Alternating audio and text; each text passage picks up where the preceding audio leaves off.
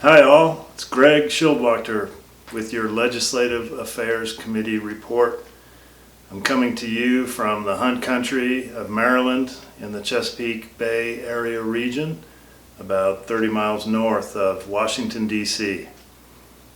I am far enough away here to get a break from the city, and this is where Katie and I have ridden out most of the pandemic. But technology has kept us close and closely involved in what's going on in Washington, and it's been a productive time. I am a little far away to be much help to Mexico or Canada or Central Asia, but I'm happy to say that the staff and the chapters and affiliates working in those areas have got their advocacy needs pretty well handled.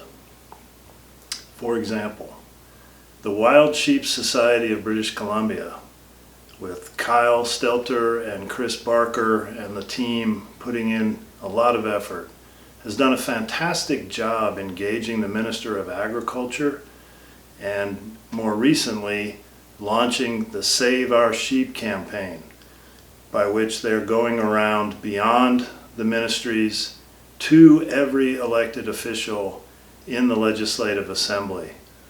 This is the kind of knocking on doors that puts in the foundation of any advocacy program and creates the opportunity for success. In the U.S., of course, and obviously right now, it's a remarkable time. Some of it quite good. I will be telling you about the Great American Outdoors Act, but we are very focused at the moment on the anger and disagreements that are active in our country. At this time, I do not see these urgent, biggest issues in our country getting in the way of our conservation work, but we must be mindful. Also, you won't be surprised to know that Theodore Roosevelt, who had some conservation work of his own to do alongside the big and pressing issues of the country in his time, left us some advice for dealing with times like this. He said, "In facing the future and in striving, each according to the measure of his own capacity, to work out the salvation of our land, we should be neither timid pessimists nor foolish optimists. We must recognize the dangers that exist and the threats. We must never overestimate them nor shrink from them, but steadily fronting them, set to work to overcome." He goes on to remind us that striving is about seeking the best outcome and accepting the best possible outcome from time to time, and then going back in for more. In order to do this well, we have got to engage with many other players, considering and respecting their point of view, while at the same time constantly mindful that in our respect for how they think, we never sell out our own views. So, we need relationships, a lot of them. One of our biggest successes this last year is a good example. I'll get into the details of the issue later, but bear in mind that the coalition that we built around the Desert National Wildlife Refuge was significantly large and diverse compared to most of the work that we've done. Past chairman, Brett Jefferson, started probably 3 years ago contacting all of the people that ended up forming a coalition that comprised 20 or 30 national as well as in-state groups.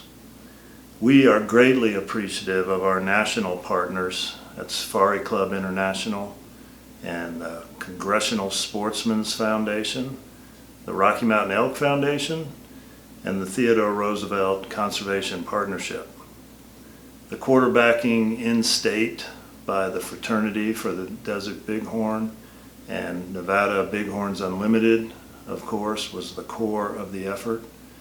And we've made some new friends with Friends of the Nevada Wilderness and Defenders of Wildlife. This is what it takes to grow faster and achieve more. This is very easy to do, even if you're starting from square one. For example, there's a new railroad line proposed to be built in the Southern California desert.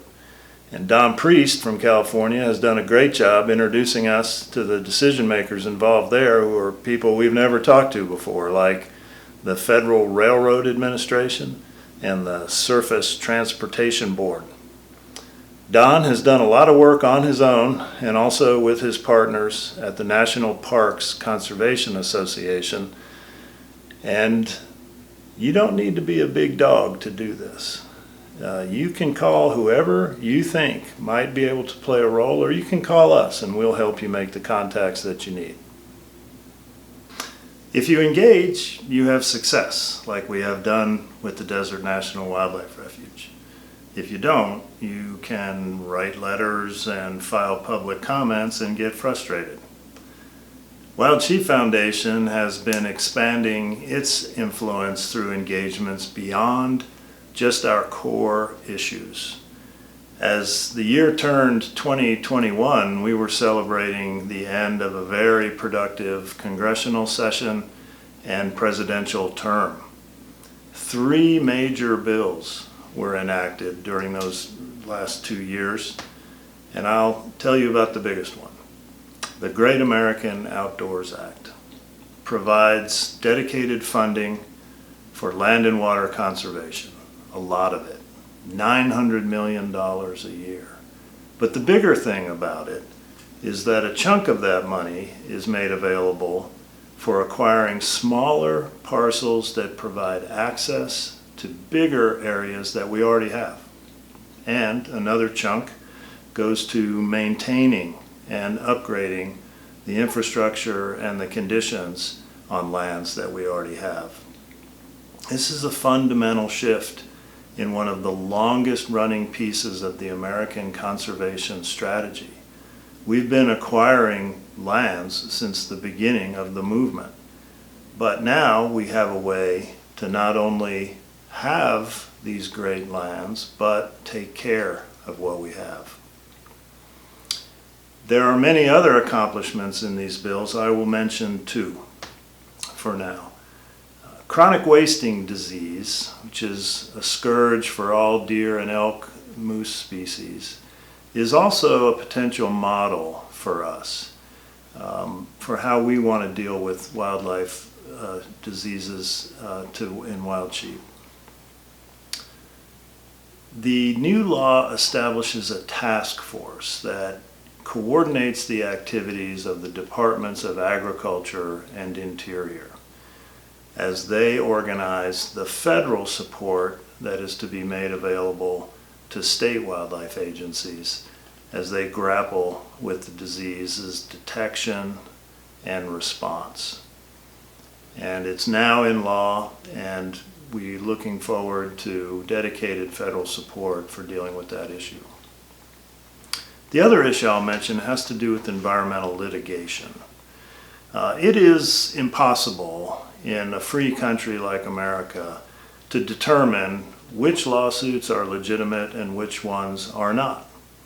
But it is plain to everyone now that litigation in conservation is so routine that something must be going wrong. And the one thing that we could do is distinguish between those lawsuits for which federal money should be used to reimburse the lawyers and which of those lawsuits should not be reimbursed.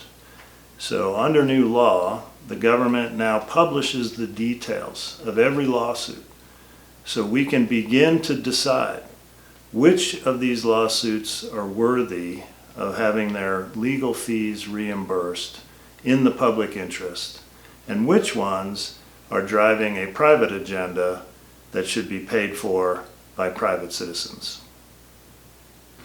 Wild Sheep Foundation's core agenda of its own is in really good shape. We made good progress up until last year and are in a good position going into the new administration.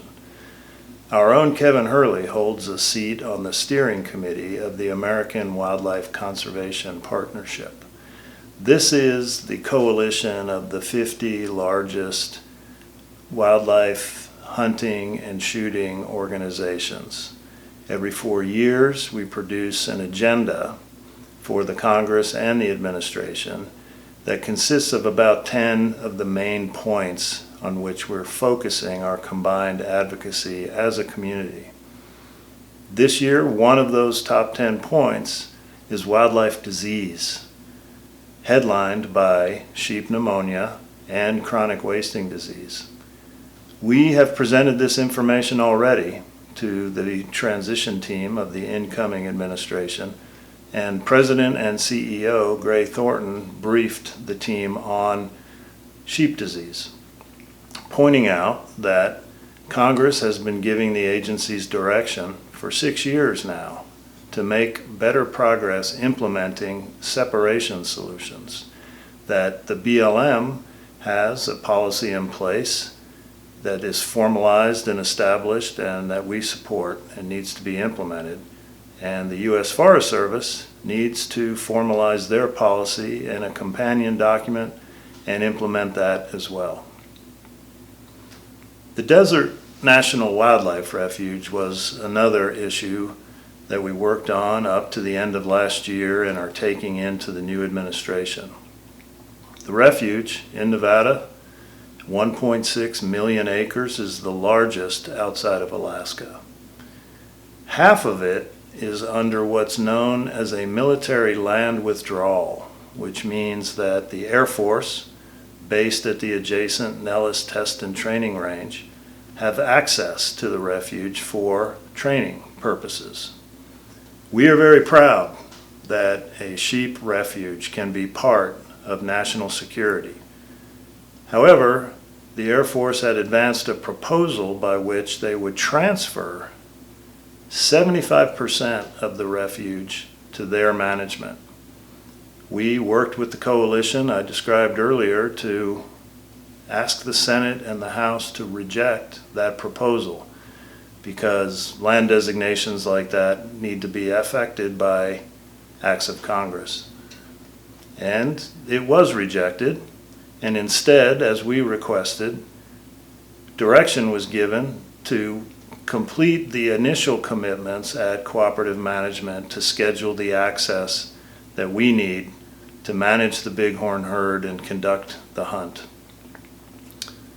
We're going to begin working right now on rebuilding those relationships under the New Deal, which was enacted with the passage of the defense bill just before the new year.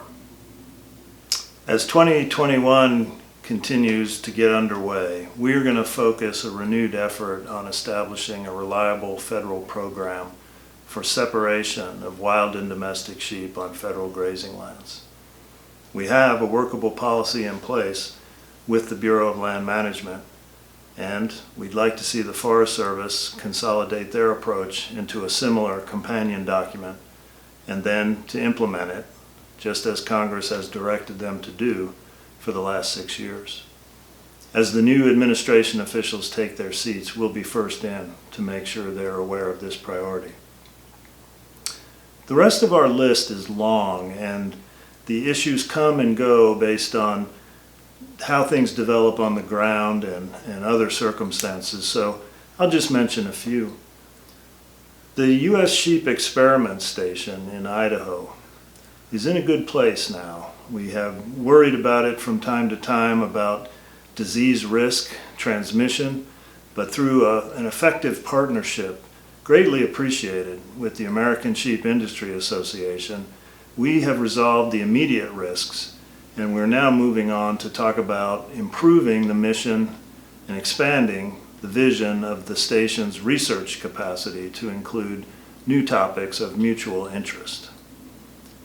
Nearby, in the Okanagan-Wenatchee National Forest, the forest plan is under amendment for the purpose of implementing the congressional direction on separating wild and domestic sheep. We've been heavily engaged. The process is slow, but there's more work to do there. In Montana, the Montana Wild Sheep Foundation has done a fantastic job, also in partnership with the wool grower industry, and they have now 2 translocation projects on the books and a 3rd in contemplation. The Forest Service, just this month, released revisions to its grazing policies that we're currently studying. And we'll have to get to the bottom of this in time for a comment period that expires next month, and make sure that this opportunity to formalize Forest Service policy on wild sheep conservation won't be missed. Lastly, for now, there may be a bill introduced this year that authorizes for once and for all, and at long last, a way for private agreements to buy out grazing allotments to be made permanent and formalized. And so we're working with sponsors and colleagues on how that bill should be written in hopes that it can advance that conversation. There are many more issues on the list, and there's room for more, which is another reason why we'd like to hear from you about what you're working on. Thank you for all that you're doing. And please use your Legislative Affairs Committee. Tell me or any of the staff or any of the committee members what you're working on, what you see coming, whether it's good or bad for putting and keeping wild sheep on the mountain. And we'd be happy to know what you're doing and to provide whatever help we can. Enjoy the Sheep Week. Thanks for being part of it.